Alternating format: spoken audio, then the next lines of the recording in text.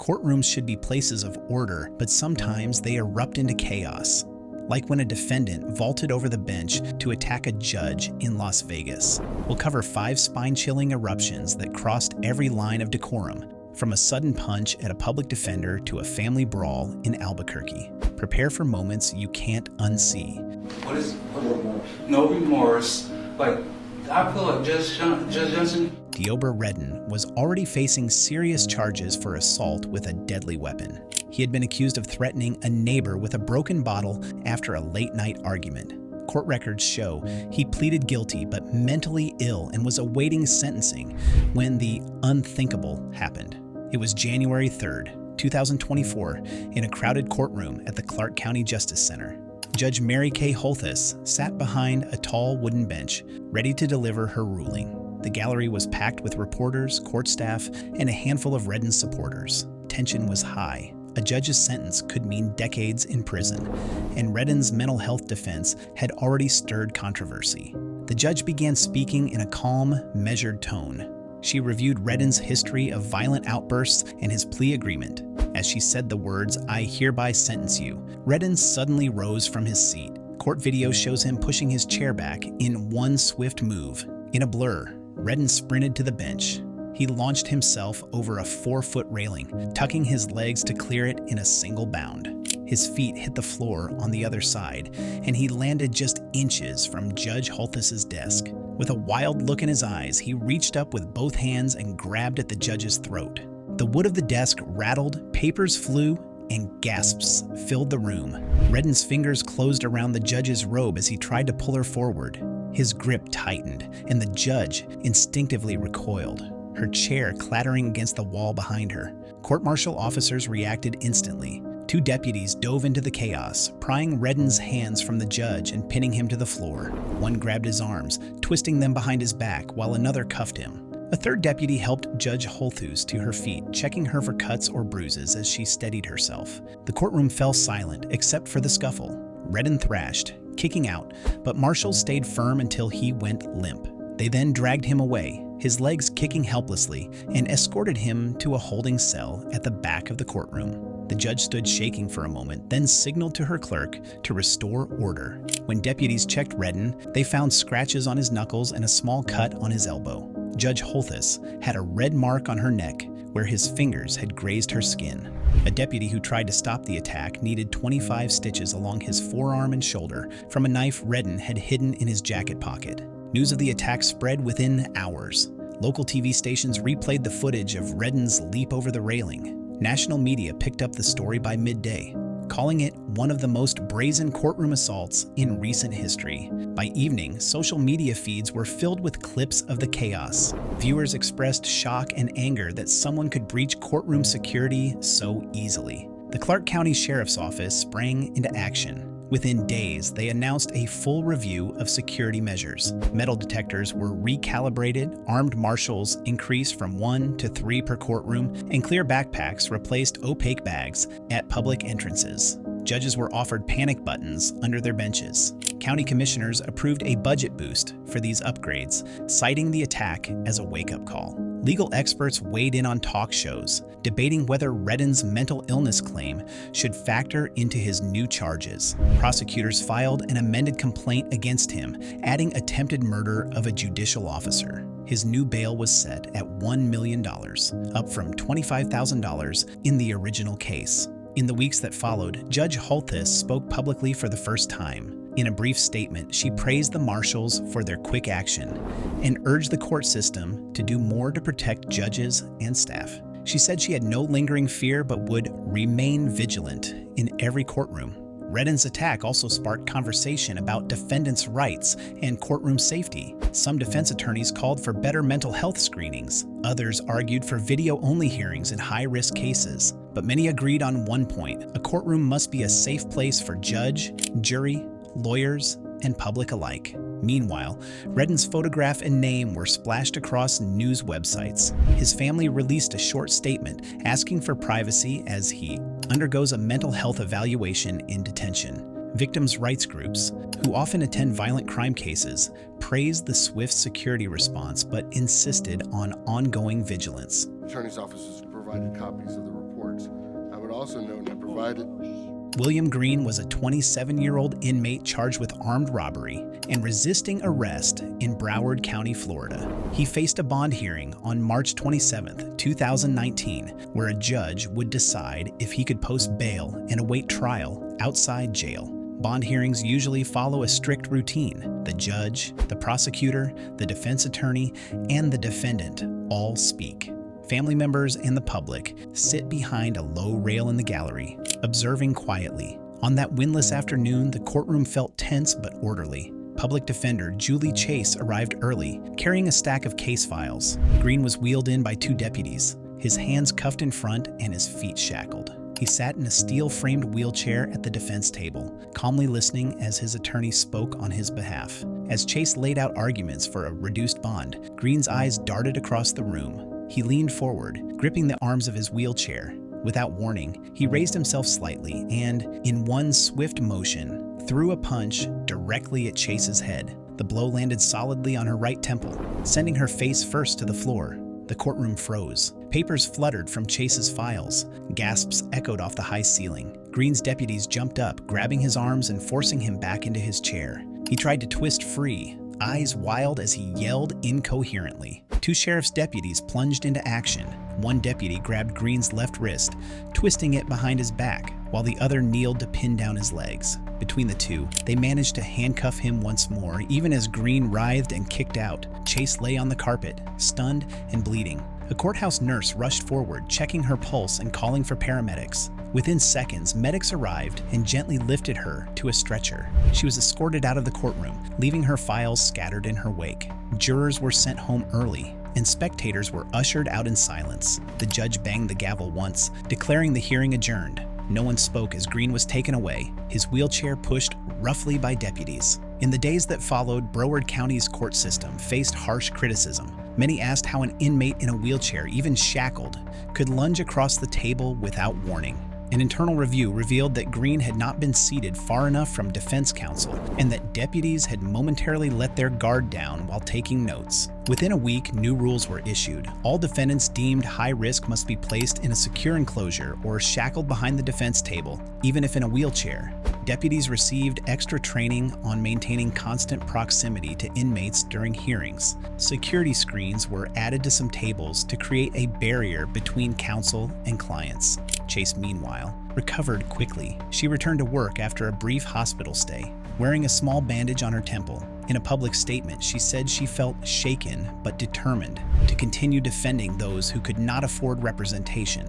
She met with county judges and administrators to discuss further safety measures, stressing that attorneys must feel protected so they can serve their clients without fear. The incident reignited a wider conversation about courthouse security nationwide. Defense organizations argued that too many security fences make the court feel like a prison rather than a place of justice. They warned against over-securitizing proceedings, which could further alienate vulnerable defendants. Prosecutors and victims' advocates countered that courtrooms are often the final threshold before a criminal is sent to prison, and keeping everyone safe should be the top priority. They pointed out that a moment's lapse could injure not just attorneys, but judges, jurors, and witnesses. Law firms began advising their lawyers to request pre-hearing security briefings and to wear discreet protective gear if needed.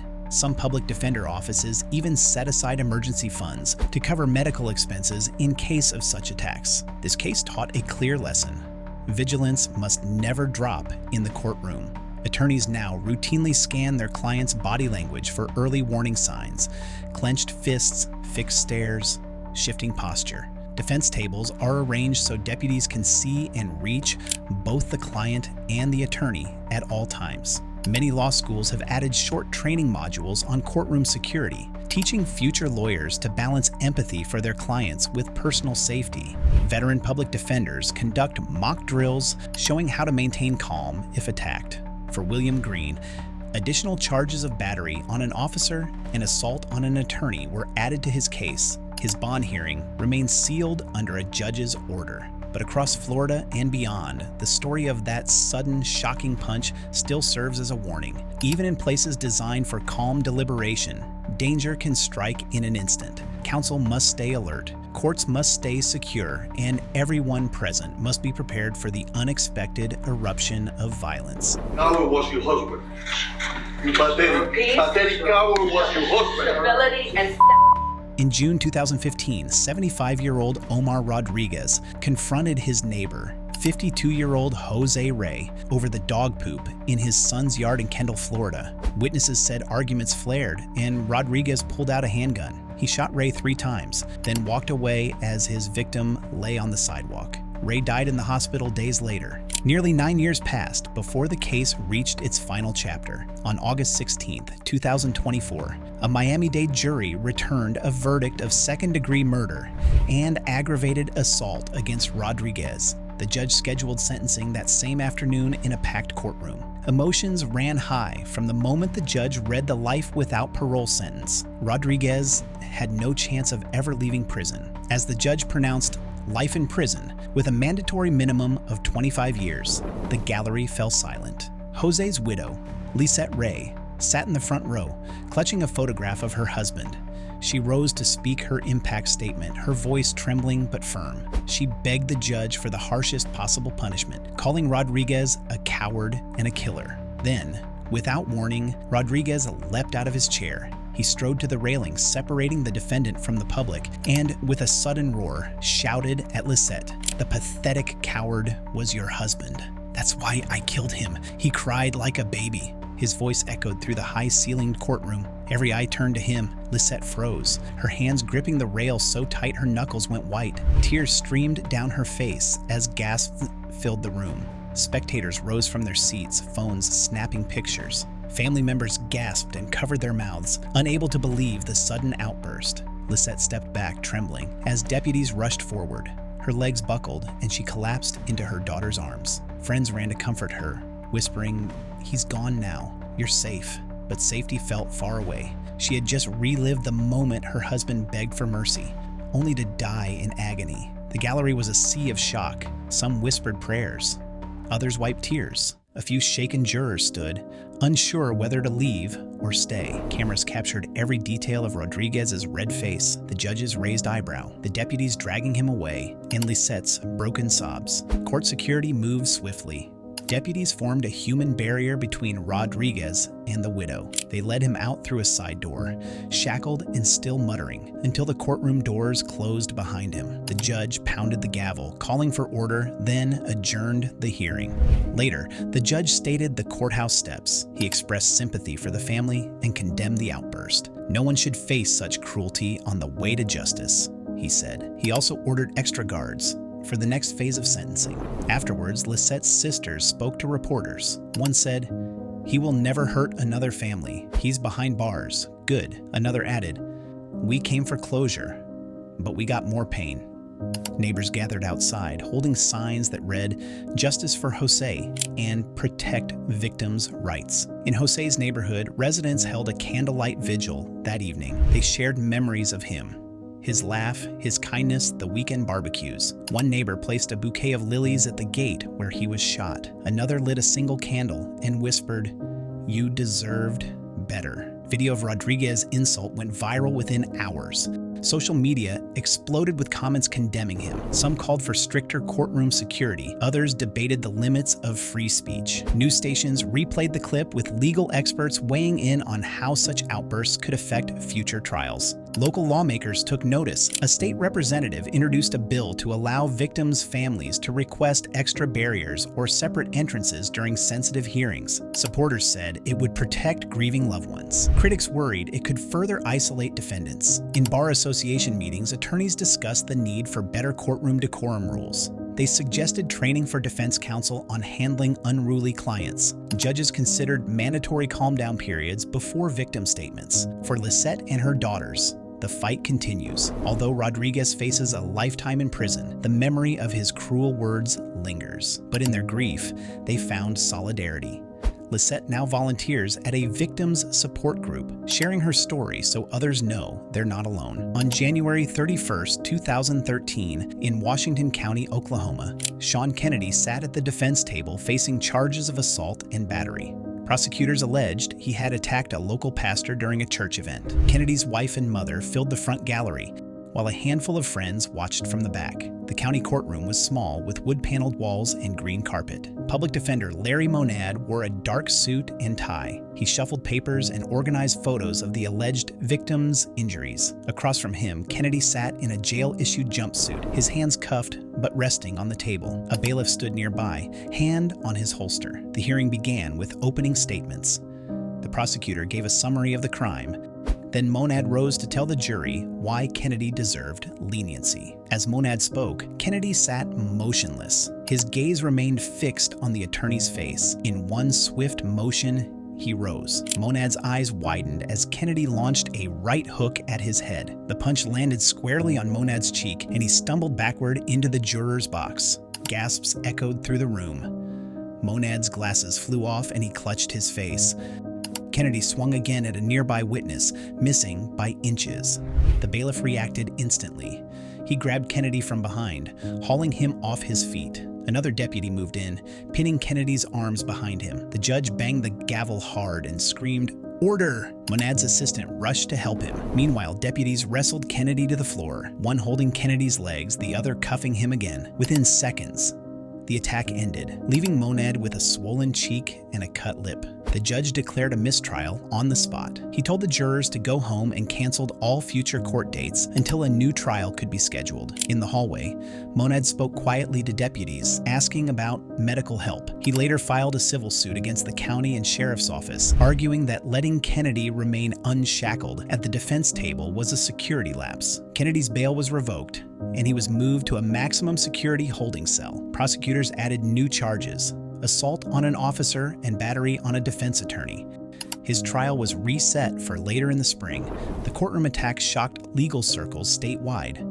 Attorneys who saw the video of Kennedy's punch began demanding better safety rules. Judges in neighboring counties tightened security. They required shackles on all defendants, even those in wheelchairs, and installed plexiglass barriers between defense tables and counsel. The local bar association held emergency meetings. Public defenders shared tips on staying alert to client agitation. Some offices began offering self-defense workshops. Jurors who had witnessed the assault spoke to court leaders about their experience. One juror said she feared for her safety during the attack. Judges noted that jurors might now feel unsafe in criminal trials, potentially affecting their willingness to serve. Across the state, lawmakers introduced bills to fund courthouse security upgrades. Proposals included silent alarms for attorneys and panic buttons at every council table. Some lawmakers argued these changes were vital. Others worried they would turn courthouses into fortresses, making access harder for the public. Within months,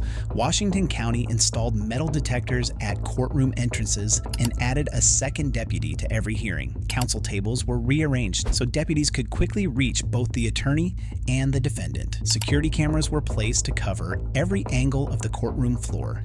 Magnetic locks were added to doors leading to the judges' chambers. Judges received personal panic devices under their benches.